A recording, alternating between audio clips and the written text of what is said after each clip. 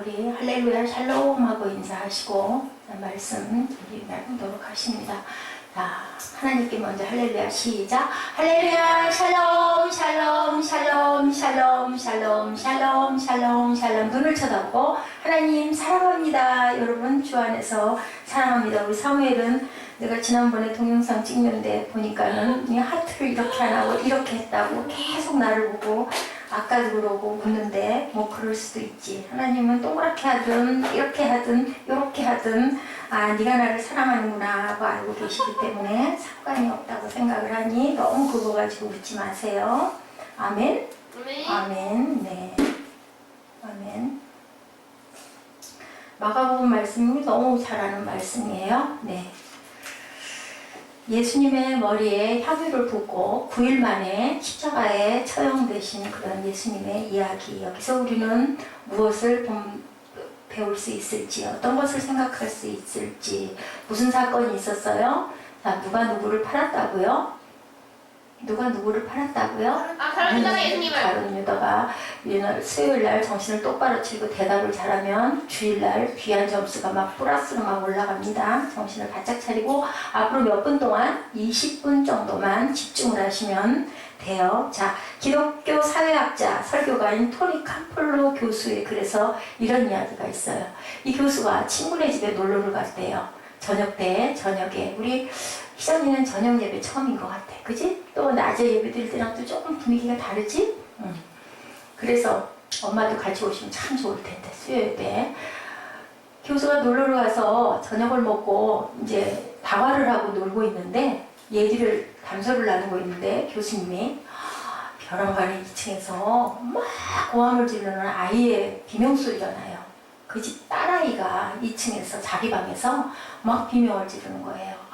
어땠을까? 어른들이 밑에 아래층에서 그렇게 담소하고 식사한 이후에 차 마시고 다과를 하다가 그냥 다들 깜짝 놀라가지고 2층으로 그냥 무당탕탕탕탕 하고 뛰어 올라가가지고 그 딸내미 방문을 아빠가 벌거덕 열었어요. 응? 얘야 무슨 소리야? 뭐 하고 있었을까요? 아이가 어떻게 하고 있었을까요?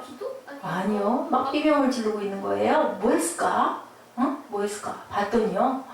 아니, 딸내미가 창문을 열고 창문에 올라서 있는 거야. 그런데 그날은 뭐 하고 있었냐면요. 천둥과 비바람과 뇌성이 치는 막 번쩍번쩍 번개가 치고 천둥이 치는 날이었대요. 비가 막 쏟아지는데 글쎄 비 쏟아지는 이제 그 어른들은 안에 있었기 때문에 잘 몰랐던 거예요. 창문을 허투둑 열고 아이가 그 창문에 올라가가지고 양팔을 벌리고, 여러분들 원더우먼 알죠? 그런 형상을 하고 서가지고는 뭐라고 말을 하고 있냐면, 하나님 감사합니다. 하나님 나를 사진 찍어주시려고 이렇게 번쩍번쩍 플래시를 터뜨리고 계시는 거죠? 하나님 감사합니다. 그러고 애가 그렇게 막 비명을 지르며 떠든 거예요. 어른들이 어땠을까요? 응? 놀래가지고 다쳤을까봐 무슨 일이 나는 줄 알고, 아니면 무서워가지고 애가 공포에 떨고 소리를 지르는 줄 알았더니, 아니 가서 방문을 열어봤더니 나를 사진 찍어주시려고 프레시를 터뜨려 주셔서 감사하다고 그렇게 얘기를 해요. 그거를 토니 캄플러 교수는 거기서 보고 아주 그냥 가슴에 탁 꽈서 꽂힌 거예요. 어떻게 저런 현상을 저 아이는 저렇게 아름답게 표현할 수가 있을까? 두고두고 그것을 잊지 못했다라는 그런 이야기가 있습니다. 오늘 여기 본문 말씀이 무슨 말씀이에요? 자, 무슨 말씀이에요? 이 내용이, 우리 본문 내용이 뭐였어요? 그 본문 내용이 누가, 한 여자가 한 여인 뭐 하는 사건? 깨트려가지고 뭐를 예수님 깨뜨려가지고? 항유. 근데 아까 요한복음 12장 3절부터 보니까 그 이름이 누구더라? 마리아. 마리아더라. 예수님 어머니도 이름이? 마리아. 마리아라는 이름이 그 세대에 굉장히 많았었어요. 자, 그 사건에는 머리에다 깨뜨리고 나서 9일 만에 무슨 일이 있었다고요? 9일 만에 부활. 부활? 예수님이 뭐 했어요?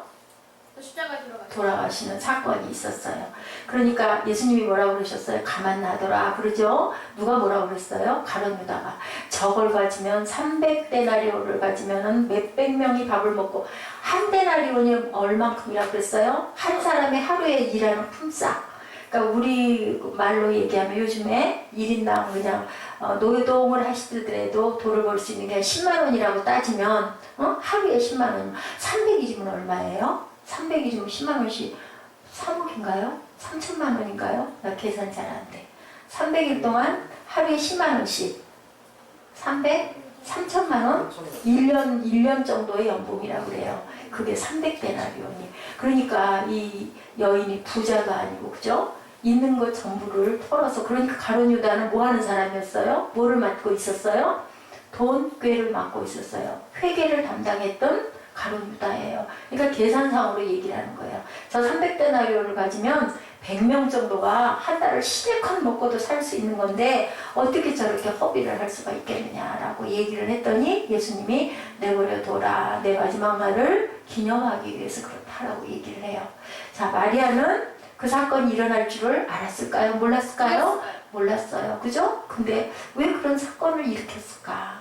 자, 막달라 마리아가 누굴 거라고들 추측을 해요. 무슨 사건이 있었을 때 한 가늠한 여인을 불러다가 놓고 돌로 치리까 하고 물어봤던 사건 여러분들 아시죠? 거기에 정본인이 이 여인이었을 거다라고 얘기를 해요. 예, 그리고 또 12장에 보니까 누구네 집에 나사로의 집에 앉아 있었다라고 얘기를 하는 내용으로 봐서는 동일 인물이 아니겠는가라는 얘기들도 추측들도 신학적으로 하고 있습니다. 이렇게 마가복음 14장 1, 2절에 보니까 당시에 가장 대표적인 종교인들인 제사장들과 서기관들이 뭐를? 예수님을 죽이려고 뭐를 하고 있어요? 마가복음 14장 1절 2절에 보니 뭐라고 하고 있어요? 우리 한번 읽어볼까요? 시작! 이틀이 지나면 6월절과 무교절이라 대제사장들과 서기관들이 예수를 흉계로 잡아 죽일 방도를 구하며 이르되 밀란이 날까 하노니 명절에는 하지 말자 하더라. 6월절과 무교절이 있는 그러한 절기인데 우리가 이때는 하지 말자 이런 얘기를 하고 있었어요. 죽일 것을 모의하고 있었는데 누가 한 여인이 값진 향유를 가지고 와서 머리에다 부으려고 하니까 막 책망을 하죠. 이걸 팔아서 가난한 자들에게 얼마를 줄 수가 있는데 했더니 예수께서 6절에 가만둬라 너희가 어찌하여 이를 괴롭게 하느냐 그가 내게 좋은 일을 하느니라. 가난한 자들은 항상 너희와 함께 있을 수 있는데 나는 항상 너희와 함께 있지 않을 것이다 라는 의미 있는 말씀을 하시면서 8절에 그는 힘을 다하여 내 몸에 향유를 부어 내 장례를 미리 준비하였느니라. 내가 진실로 너희 이르노니 뭐라고 그래요? 9절에 온 천하에 어디서든지 복음이 전파되는 곳에는 이 여자가 행한 일도 말하여 그를 기억하리라 하시니라. 얼마나 귀한 300데나리온일까요?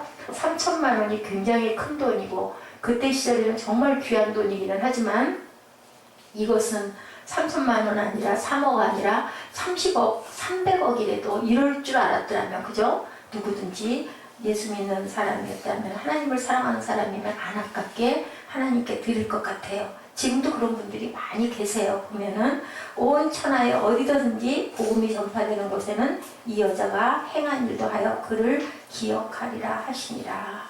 주께서 친히 옥합을 깨뜨려 감사를 드린 이 여인을 하나님 나라 역사의 가장 소중한 뭘로? 소중한 VIP로 내가 인정하겠다라고 말씀하고 계십니다. 예, 우리가 진정한 감사는 과연 어떻게 드려야 될까? 우리 감사헌금, 우리 봉투가 이름이 감사헌금이에요. 그죠? 어떻게 감사해야 될까? 3절에 예수께서 베다니 나병 환자 시몬의 집에서 식사하실 때 어디에서?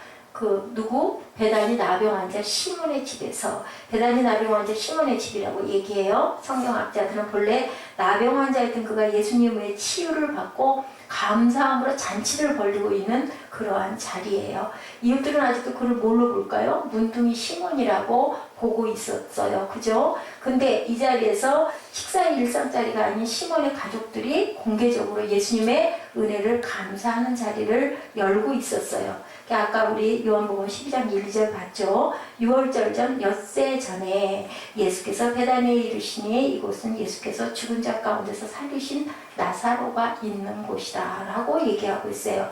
6월절 엿새 전에 누가 있는 곳? 나사로가 있는 곳이다. 거기서 예수를 위하여 잔치를 할세 거기서 잔치를 했대요.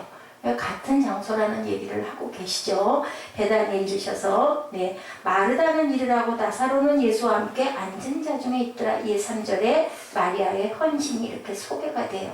예수를 위한 잔치였다는 거죠. 그리고 이 식탁에는 나사로도 있었다라고 얘기해요. 마가복음에 의하면 잔치가 열린 곳은 시몬의 집인데 이게 어떻게 된 걸까요? 그가 호스트 곧 주인이었다라는 거죠. 그는 불치의 병에서 치료받은 감격을 가지고 자리를 만들고, 그리고 나사로는 또 어땠어요? 그는 잔치의 사실상 또 한 명의 주인공이었다. 왜냐하면 무덤에서 살아서 일어난 사람들이 모인 거예요. 죽었다 살아난, 죽을 뻔했던 환자들, 그런 사람들이 모여서 그 자리에서 잔치를 하고 있었다. 베다니 마을을 묘사하며 죽은 자 가운데 살리신 나사로가 있는 거, 그 사건이 곧 무엇이다? 부활의 사건이 일어난 그곳이다라는 거죠. 나사로는 죽음에서 산 기적의 부활을 체험한 정말로 표현하기 어려운 감사로 하나님께 영광을 돌려야 되기 때문에 급하게 달려왔을 거예요. 시몬의 집에서 열린 이 잔치가 메시아의 은혜를 경험한 자들이 그대로 있을 수 없다는 자발적인 헌신. 우리 같으면 안 그러겠어요? 생명이 살아났는데, 그죠? 무덤 속에 들어가서 죽은 지 며칠이나 되었나이다, 나흘이나 되었나이다. 그 시절에 나흘이 되면 완전히 죽은 거래요. 그래서 나흘째 되는 날 예수님이 완전히 죽은 자들 가운데서 살려내신 사건, 그게 곧 뭐예요? 우리의 부활의 사건을 상징하고 계신다라는 거죠. 자, 오빠가 주의 은혜로 다시 산 것을 보고 불쌍했던 이웃 시몬이 고침받은 기적을 보고 베풀어 주신 말씀으로 구원을 체험하고 인생의 새 소망을 얻고 있었던 마리아는 어떻게 하면 이 은혜를 갚을까? 우리도 누구에게인가 은혜를 받거나 정말 감사하고 고마우면 도대체 어떤 선물을 해야 돼? 고민하게 되죠. 내가 가진 걸 다 털어서라도 아니면 빚을 내서라도 그분이 가장 좋아하는 거, 가장 기뻐하는 일을 정말 그 분량이 크면 클수록 그만큼 하고 싶은 그런 마음. 의례적인 선물일 때는 그냥 항상 하는 인사, 그죠? 우리도 명절 때나 어떤 기념일이나 이럴 때는 그냥 의례적으로 인사해야 될 때는 조그마한 그냥 정성 잊지 않고 보여주는 것도 정성이니까인데, 정말 감사하고 고마울 때는 그냥 뭘 해도 뭘 어떻게 해야 될지 정말 더 그냥 쩔쩔매게 될 정도로 이런 감사를 그녀는 공동체 감사에서 열애자이기 원하지 않고 나도 함께 참석하고 싶습니다 하고 이렇게 마리아가 거기를 찾아간 거예요.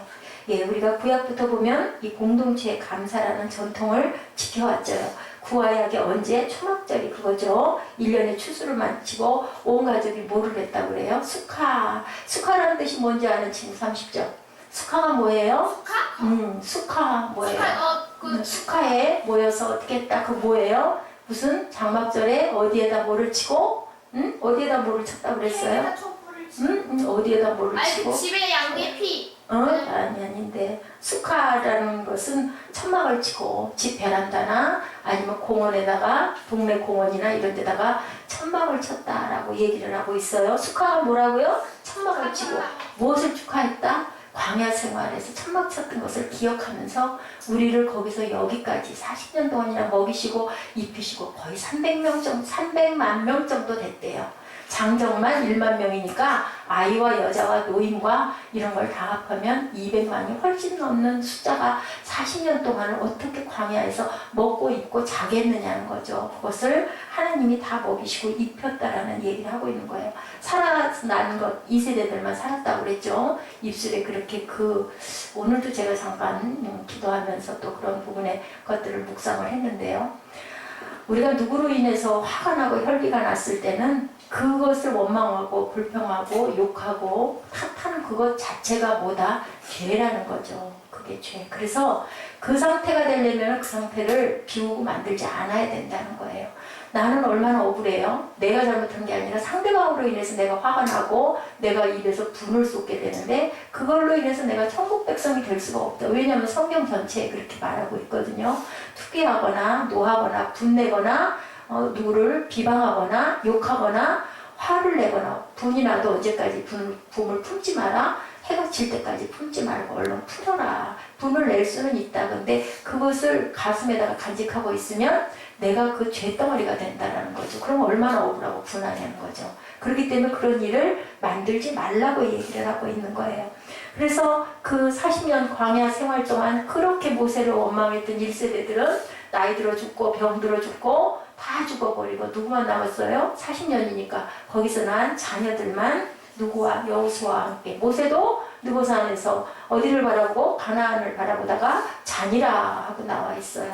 그것은 하나님이 모세를 사랑하셔서 그랬다라고 저는 그렇게 생각을 합니다. 이제는 너는 쉬어. 이만큼 나이가 됐으니 왜요? 영안이 열렸다라고 그랬어요. 그 거리가 굉장히 멀대요. 그래서 가나안을 볼 수 있는 곳이 아니라고 합니다. 근데 모세는 눈이 기력이 흐려지지 않았다라고 성경에 나와 있어요. 그건 뭐냐면 하나님이 축복하신 거예요. 그것은 눈의 시력일 수도 있지만 그 눈이 열린 거는 뭐냐면 하나님의 영광을 봤다라는 거죠. 그걸 그렇기 때문에 이것은 절대로 벌을 내려서 돌아간 게 아니라 이제 너는 그만 쉬어라. 이 뒤에 있는 자에게 그 후대에게 물려줘라라는 얘기죠. 청교도 때 무슨 사건이 있어가지고 뭐가 생겼어요, 여러분들? 꿈덩이들? 청교도들이 어디를 가가지고 무슨 못을 해서 뭐를 심어가지고 뭐가 일어났어요? 고기를 못 먹게 해줬어요. 무슨 사건? 뭐를 했어요? 제일 첫 번째로 뭐를 했어요? 그래서 뭐가 생겼어요? 그래서 뭐가 생겼다고? 제일 먼저 교회를 짓고 그렇죠. 땡스기빙 데이가 생긴 기원이 누구를 통해서? 청교도들을 통해서. 우리 예지 20점 주세요. 예. 청교도들은 믿음의 자유를 찾아서 도착한 새 역사의 땡스. 제일 첫 번째 뭐를 지었다? 두 번째 뭐를 지었다? 학교. 옳지. 세 번째 뭐를 지었다? 집 아니. 그렇지. 집을 지었어. 세 번째로 집을 짓고 다 얼어 죽고 다 죽고 100명이 넘는 숫자가 갔다가 가까스로 정말 소수의 인원들이 남아가지고 제일 먼저 뭐를 심었어요? 누가 뭐를 도와줘서? 뭐를 줘서? 인디언들의 옥수수. 옳지. 옥수수로. 그걸로 명명을 하고 그걸로 추수감사절을 지낸 게 지금의 추수감. 우리나라의 뭐와 같아요? 우리나라의 추석과 같은 그런 절기가 생긴 거예요. 그죠? 예. 새벽 축제에 또 사람들이 뭐를 해요? 항상 하나님의 은혜를 돌아보고 하늘을 설계하는 그러한 축제들을 올리면 뭐를 올려요? 감사의 예물을 올리는 것도 또한 이런 곳에서 유래가 된 것이다 라고 얘기를 하고 있어요. 그러니까 우리는 어떻게 해야 된다? 하나님께 항상 영광을 돌려 할 수 있는 곳에서 우리 마리아처럼 내가 무엇을 할까? 하고는 거기를 쫓아가서 나도 그 안에 왜냐하면 돌 맞아 죽을 뻔했잖아요. 근데 어떻게 했어요? 죄가 없는 자는 이 여인을 쳐라 그랬죠. 땅바닥에다 글씨를 쓰셨는데 그걸 보더니 젊은 자나 나이 든 자나 하나씩 슬금슬금 갔다. 무엇을 쓰셨을까? 땅에다가 각자의 죄를 쭉 예지는 네가 몇 월 며칠에 너 이렇게 했지. 또 희정이는 몇 월 며칠에 너 엄마 말씀 안 들었지. 사무엘은 몇 월 며칠에 엄마 아빠 몰래 너 뭐 이렇게 사 먹었지. 이렇게 쓴 거예요. 땅에다. 그랬을 거라고 얘기를 해요. 이렇게 보다가 마음이 찔려가지고 하나씩 가서 나중에 누가 남았어요? 누가? 여인. 이름이 뭐라고? 마리아. 그래. 아까네 얘기를 했는데 지금도 정신이 딴 데다 차리고 있어. 그랬어요. 그래가지고 결국 살아났기 때문에 거기에 누가 모였다고? 문둥이 시몬의 집에 누가 모였다고? 나사로. 그죠? 죽었다 그러니까 살아난 나사로. 그리고 또 누가 모였어요? 거기를 쫓아간 누가? 나도 죽을 뻔했습니다. 라고 향유 옥합을 깨뜨려서 뭘로 닦아드렸다고? 머리털로. 왜 하필이면 머리털로 닦았을까? 여러분 왜 하필이면 머리털로 닦았을 것 같아요? 따끔한 게 없었기 때문에 머리로 그 깨끗한 머리로 이렇게 닦을만한 게 없어서 그런 게 아니라 가장 귀한 예수님의 발을 나의 가장 귀한 옛날의 여인들의 머리는 무엇의 상징이다? 정결의 상징, 정조의 상징. 우리나라 여인들도 어땠어요? 그 아가씨 때는 시가기 전에는 뭐 해요? 머리를 안 자르고 옛날에 안 잘랐죠. 길게 들여서 뭐를 들여요? 댕기를 들였다가 결혼을 하면 뭐 하더라? 이렇게 틀어가지고 뒤에다 탁 해서 뭐를 꼽아요? 기녀를 꼽으면 아 이제 누구의 아내구나 라는 게 알려지고 거기다가 또 제가 알기로는 빨간 이런 댕기 같은 거를 뒤에다 이렇게 탁 해요. 뭐예요? 나는 남편이 있습니다 라는 그런 표징을 그렇게 보였듯이 이 머리가 굉장히 소중한 거예요. 그렇기 때문에 마리아는 자기의 정결의 상징인 내 긴 머리카락을 가지고 예수님의 발을 닦아드린 거예요. 얼마나 정성이야. 얼마나 도대체 어떻게 사랑을 나타내야 될지 모르겠는데 예수님이 너무 감사해서 나는 죽을 수밖에 없는 여인인데 그것은 어떤 영적인 의미를 얘기를 하고 있어요. 이제는 새로운 사람이 된 거예요. 이전 것은 지나갔으니 이제는 새 것이다 보라. 새 것이 되었도다. 왜냐하면 다시는 그런 죄를 범하지 말아라. 예수님이 축복하셨죠. 예수님을 만남으로 인하여 뭐가 생겼다? 새로운 생명이 탄생을 한 거예요. 나사로도 새로운 생명으로 탄생한 거예요. 문둥이도 옛날에는 하늘이 준 병이다 라고 했는데 문둥병이 나았기 때문에 새로운 생명이 부활한 거예요. 그 자리에들 모여 앉으다 보니 무엇은 드리는 게 아까웠겠습니까? 이런 마음으로 드렸다는 거죠. 그래서 이렇게 우리는 무엇을 해야 된다? 할 수 있는 것으로 드려야 된다. 300데나리온이면 얼마치? 1년치 월급에 해당하는데 요즘에 예를 들어 200만 원씩 한 달에 벌어 10달이면 2천만 원 그리고 1년이면은 2억인가요? 맞나요? 1년이면 2천만 원 그러면 3천만 원 정도 그죠? 예, 맞아요. 그래요. 예, 이렇게 십자가에서 자신을 내어주신 그리스도의 구원의 사랑을 체험한 성도들이라면 우리들이라면 그런데도 불구하고 얼마나 드려야 할까? 옛날에는 구약에는 11조가 어떤 의미로 11조를 하나님께 드렸어요? 구약에 11조 드린 그게 뭐예요? 뭐 때문에 드렸어요? 응? 아브라함이 드렸는데 그래서 사람들은 어떻게 구약에는 왜 드린다 생각을 하고 율법이니까 그죠? 10대 1을 드린다. 근데 우리 신약에는 아니잖아요. 무엇을 구약 사람들은 그걸 못 받았는데 신약 사람들은 뭘 받았어요? 생명을 받았어요. 새롭게 영원히 살 수 있는 생명을 하나님께 받았다면 우리는 도대체 하나님께 얼마나 드려야 할까? 그죠? 사랑은 최선의 헌신으로 하나님께 드려야 된다. 십자가에 자신을 내어주신 그리스도의 구원을 우리가 받았다면 구약은 율법이었는데 그럼 신약은 도대체 얼마만큼 드려야 될까? 그죠? 그렇게 생각할 때는 끝이 없는 거예요. 의무감으로 법적으로 드린 11조가 아닌 우리의 모든 사랑과 헌신을 하나님께 드려야 되겠죠. 사회사업가였던 이씨 주시 선생이라는 분이 계셨네요. 어느 날 맹인한 사람이 그를 찾아와서 자기 우울증을 호소하며 어떻게 밝게 사는 비결이 없겠느냐라고 물어봤어요. 그랬더니 이 선생님이 점자를 볼 수 있어? 만질 수 있어? 하고 물어봐요. 점자가 뭐예요, 여러분들? 눈이 안 보이는 먼 사람. 분들이 먼다고 하지 말고 무슨 장애자? 어떤 장애자? 시각장애. 그렇게 얘기하죠. 자, 점자 성경을 읽을 수 있느냐 그랬더니 읽지를 못한다고 그래요. 그러니까 안마는 할 수 있느냐라고 물어봐요. 그랬더니 그건 할 줄 압니다. 그냥 교회는 나가느냐고 물어봐요. 그러니까 교회를 나간대요. 11조를 드리느냐고 물어봐요. 그거는 돈이 없어서 못하고 있다라고 얘기를 하더래요. 그래서 이 이시 선생님이 얘기를 했다고 합니다. 한번 두 가지를 실천해 보실랍니까? 그러면 당신은 행복하게 살 수 있습니다. 그랬더니 그렇다면 제가 하죠 라고 얘기한 거예요. 첫째는 안마를 해서 얻은 수익 중에서 10의 1을 하나님께 한번 꼭 드려보십시오 라고 얘기를 했어요. 두 번째는 11조보다 당신보다 불쌍한 친구들을 구제하고 섬겨봐라. 11조로 당신보다 더 불쌍한 친구들을 11조도 드리고 두 번째는 또 하나의 11조를 가지고 당신보다 어렵고 가난한 사람들 한번 섬겨봐라. 그러면 당신은 행복과 기쁨이 넘칠 거다. 이걸 한번 실천해 보십시오 라고 얘기를 했대요. 아마 이 선생님이 일본에서 굉장한 그 이름이 있는 훌륭한 선생님이셨던 것 같아요. 사회사업가이기도 하고 이씨 주지 선생님이라고 하네요. 네, 아마 이한나 목사가 그 얘기를 했다면은 이거 교회가 꽤나 배가 고픈가 보건 이러고 도망갔을 건데 이분은 이 눈이 안 보이시는 이분은 열심히 그걸 한 거예요. 할 수 있는 것으로 하나님의 그 정신으로 할 수 있는 것을 나는 안내한 것 뿐이니까 한번 해봐라. 그랬는데 어떻게 됐을까요? 그렇게 했더니 한 달 후에 이분이 찾아왔어요. 제 일생에 한 번도 경험해보지 못한 기쁨을 제가 엄청나게 느꼈습니다 라고 얘기를 하더래요. 그 행복과 기쁨이 마음에 넘쳐난다고 고백을 하니까 이씨 선생님이 이분에게 할 수 있는 것을 내가 하도록 당신에게 알려준 것뿐이다. 왜 그랬을까요? 받는 것보다 주는 것이 사실은 기쁜 거예요. 해줄 수 있는 게 얼마나 기쁜지 몰라요. 받는 사람은 마음이 어때요? 항상 미안한 마음으로 사실은 움츠려져 있어요. 받는 사람은.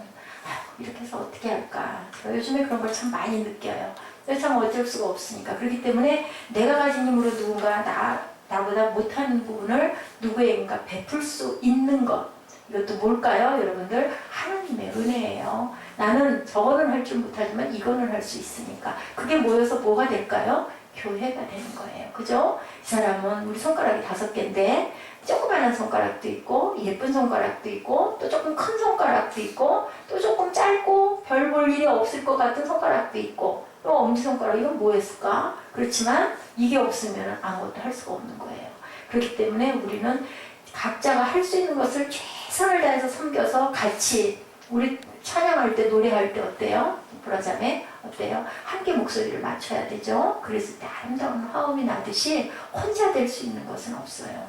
특히나 교회는 혼자 할 수는 없는 거예요. 그래서 사람들이 붙어서 열심히 헌신할 때 그 교회가 하나님의 은혜가 넘치고 하나님의 영광이 넘칠 줄로 믿습니다. 이렇게 아름다운 헌신이 무엇을 아름답게 한다? 누구를? 내 인생을 아름답게 한다. 지금 생각하면 아이고 교회다 이런 것 저런 거 하다 보니 나는 맨날 한 달 쩔쩔매고 너무 힘이 들고 그렇지만 만약에 그걸 안 하고 내가 산다. 과연 어떨까? 네, 그런 한번 생각을 거꾸로 해보는 거죠. 교회에서 사회에 많은 염려를 끼치고 악영향을 끼친다라고 목소리가 높지만 전에 제가 말씀드린 것처럼 교회가 정말로 하나도 없다면 그러면 어떨까? 세상은 어떨까? 얼마나 삭막할까? 그죠? 누가 나서가지고 어려운 사람들을 구제하고 구원하겠다고 할까? 그래도 많이 하고 있죠. 할 수 있을 때 드려야 된다. 누구처럼? 마리아처럼. 내가 할 수 있는 것을 드려야 된다. 할 수 있을 때 드려야 된다. 이게 굉장히 중요해요. 그죠? 뭐가?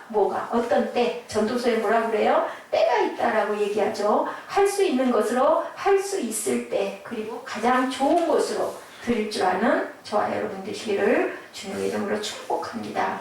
할 수 있는 곳에서 할 수 있을 때 있는 것으로 내가 할 수 있는 것으로 할 수 없는 것으로는 할 수가 없어요. 할 수 있는 것으로 드리는 거죠. 본문에 나타난 이 여자가 옥합을 깨고 예수님께 향유를 부어드릴 때는 언제였다고요? 14장 1절에 보니까 이틀이 지나면 유월절과 무교절이다 라고 얘기를 해요. 예수님은 유월절 주간 마지막 날 금요일에 십자가에 달리셨어요.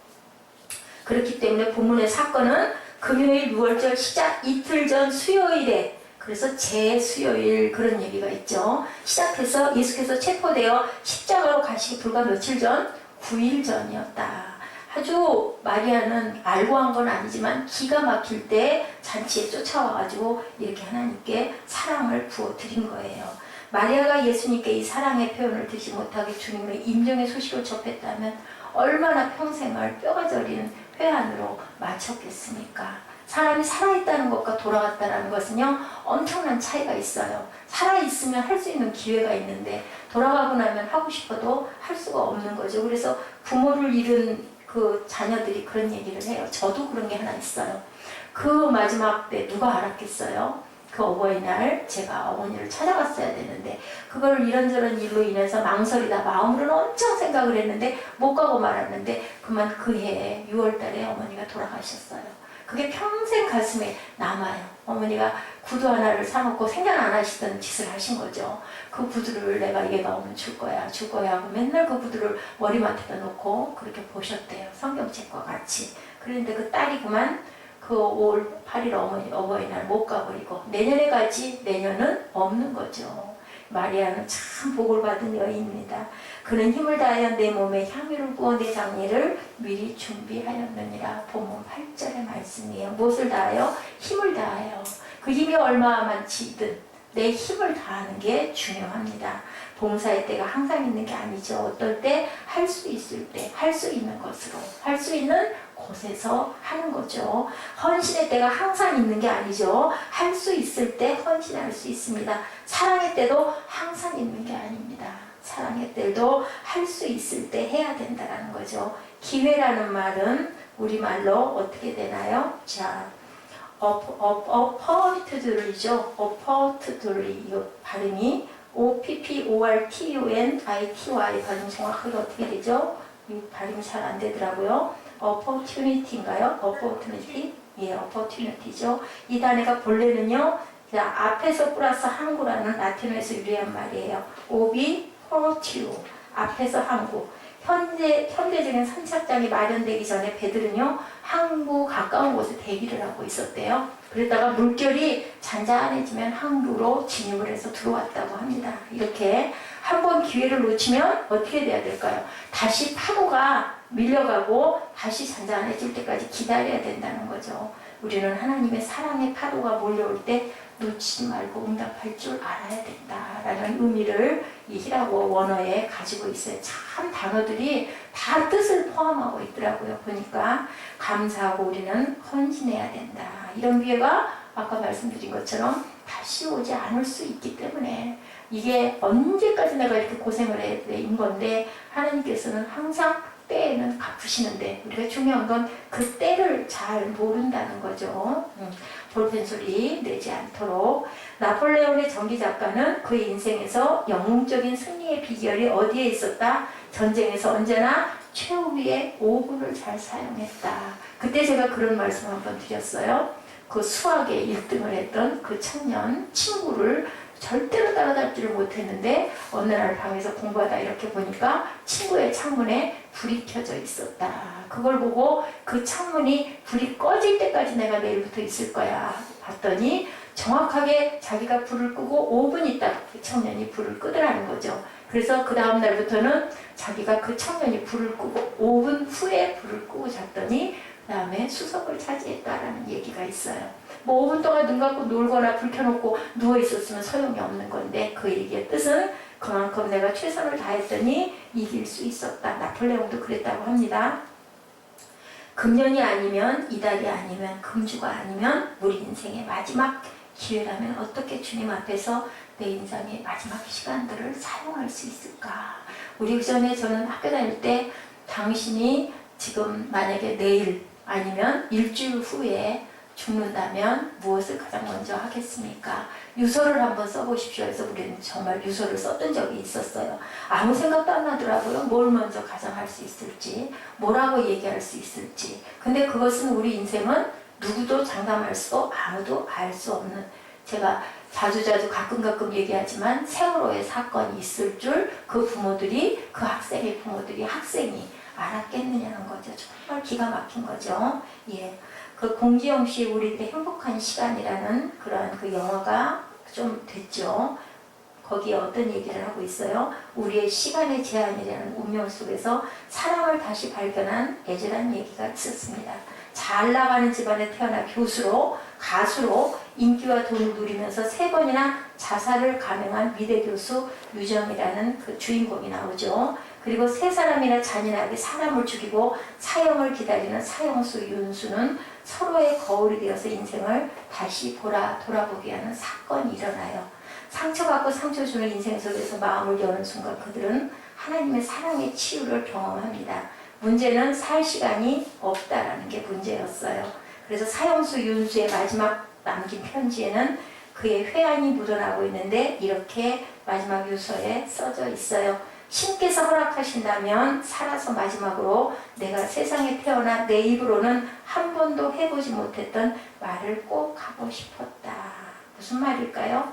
사랑한다라는 말이죠. 그 사랑한다라는 말이 참 흔한 것 같지만 속에서 우러나오는 진실에서 나오는 사랑한다는 말을 할 수 있는 사람은, 그 할 수 있는 대상이 있는 사람은, 그 말을 들을 수 있는 사람은 어떨까요? 정말 행복한 사람이라는 생각을 합니다. 그런데 누가 우리를 사랑한다고 그러셔요? 주님이 우리를 사랑한다고 합니다. 우리도 또한 주님을, 저도 주님을 마리아처럼 사랑합니다 라고 고백할 수 있는 저와 여러분 되시기를 주님의 이름으로 축복합니다. 죽기에 남은 삶이 너무 아깝지 않겠니? 네가 쓰레기통에 버리는 30분이지만 누군가는 간절하게 기다리는 시간, 그 시간, 남은 시간에 우리가 할 일은 무엇인가? 진정한 행복은 과연 어디 있을까? 저는 옛날에도 그랬어요. 지금은 거꾸로 된 삶을 살고 있지만요.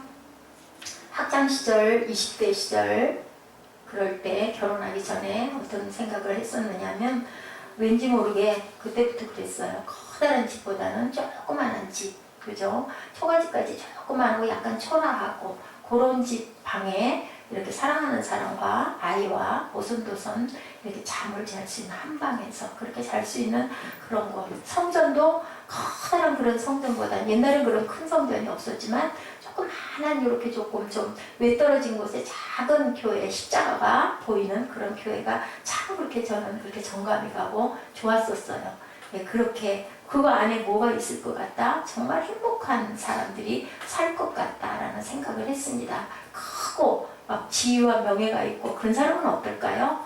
정말 가족끼리 나눌 수 있는 교통의 시간이 정말 거의 없잖아요. 저는 그게 참 싫었었습니다. 그래서 무엇이든지 함께하고 무엇이든지 함께 얘기할 수 있고 무엇이든지 함께 나눌 수 있고 무엇이든지 계산하지 않고 아끼지 않고 줄 수 있는 그것이 참 사랑이 아닐까. 마리아처럼, 그죠? 오늘 얘기한 마리아처럼. 아까 그 꼬마가 어땠어요? 킹홀로 교수 놀러 갔을 때 친구 집에서 창문 꼭대기에 무서운 줄도 모르고, 우린 보통 번개치고 천둥 치면 무섭잖아요. 근데 거기 올라서서 하나님 저를 사진 찍어 주실 거죠? 무슨 얘기를 하고 있는 걸까요? 우리의 사고, 생각에 따라서 얼마나 행복할 수 있고 불행하고 두렵고 공포스럽다. 저는 오랜만에 옛날에 제가 좋아했던 그 사계라는 그 노래를 들으면서 그 감상을 적는 숙제를 오늘 열심히 하루를 보냈는데요. 정말로 옛날에 그 얼마나 처음에 들을 때 너무너무 아름다웠거든요. 그 기억이 살아나면서 눈물이 쏟아지더라고요. 찬양만 눈물이 나는 게 아니라 왜 그 비발디는 하나님의 창조를 깨닫고 알았구나. 그러니까 그렇게 사계절을 알게 표현할 수 있었다. 예술을 하는 분들, 무슨 그 돈으로 바꾸는 그게 아니라 정말 자기 안에서 베토벤도 그렇고요. 모차르트도 그렇고 생애가 정말 불우했어요. 일찍 돌아갔어요. 그렇지만 귀가 먹어서도 소리를 들을 수 있는 그러한 그 영역을 하나님이 주신 거. 그 얼마나 그 환란이에요. 귀가 안 들리면, 그죠? 정말 그 작곡가로서는 생명이 끝인데도 불구하고 얼마나 위대한 작품들을 귀가 안 들리면서 더 많이 지을 수 있었다라는 거. 그건 하나님의 축복이죠. 그런 사랑을 경험할 수 있는 많지 않죠. 아주 소수죠. 그렇지만 우리도 그것을 사모해서 안 될 게 없잖아요. 마리아 같이 우리 왜 헌신 못하겠어요? 아유 어때요? 조그마한 새생명 세빛교회면 어떻습니까? 내가 할 수 있는 것을 내가 할 수 있는 자리에서 내가 할 수 있을 때 최선을 다해서 했을 때 하나님께서 그것을 보신다라는 그 귀한 메시지를 오늘 본문에서 잊지 마시고 꼭 기억하시기 바랍니다. 우리 본문 말씀 한번 합독하시고 찬양하고 기도하는 시간 갖도록 하죠. 우리 마가복음 14장 3절부터 9절 말씀 잘 뜻을 생각하시면서 한번 합독하시죠. 시작. 예수께서 베다니 나병 환자 시몬의 집에서 식사하실 때 한 여자가 매우 값진 향유 곧 순전한 나드 한 옥합을 가지고 와 그 옥합을 깨뜨려 예수의 머리에 부으니 어떤 사람들이 화를 내어 서로 말하되 어찌하여 이 향유를 허비하는가. 이 향유를 300데나리온 이상에 팔아 가난한 자들에게 줄 수 있었겠도다 하며 그 여자를 책망하는지라. 예수께서 이르시되 가만두라. 너희가 어찌하여 그를 괴롭게 하느냐. 그가 내게 좋은 일을 하였느니라. 가난한 자들은 항상 너희와 함께 있으니 아무 때라도 원하는 대로 도울 수 있거니와 나는 너희와 항상 함께 있지 아니하리라. 그는 힘을 다하여 내 몸에 향유를 부어 내 장례를 미리 준비하였느니라. 내가 진실로 너에게 이르노니 온 천하에 어디에서든지 복음이 전파되는 곳에는 이 여자가 행한 일도 말하여 그를 기억하리라 하시니라. 아멘. 기도하십니다. 환란 후 해가 어두워지며 인자가 구름을 타고 오는 것을 사람들이 보리라 라고 말씀하십니다. 주의 크고 영원한 날이 이르기 전에 해가 변하여 어두워지고 달이 변하여 피가 되는 그때가 분명히 있을 것이라고 주님 말씀하십니다.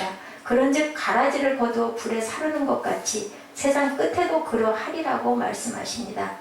천사들이 와서 의인 중에서 악인을 갈라내어 풀무불에 던져 넣으리라고 말씀하십니다. 환난은 이기는 자에게는 하나님의 영광의 영생을 주신다고 말씀하십니다.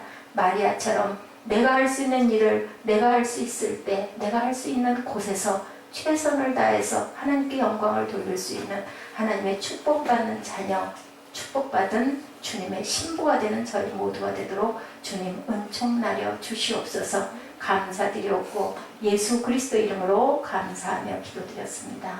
아멘. 우리 결단 찬양 한 곡 하시고 축도로 예배를 마치도록 하십니다.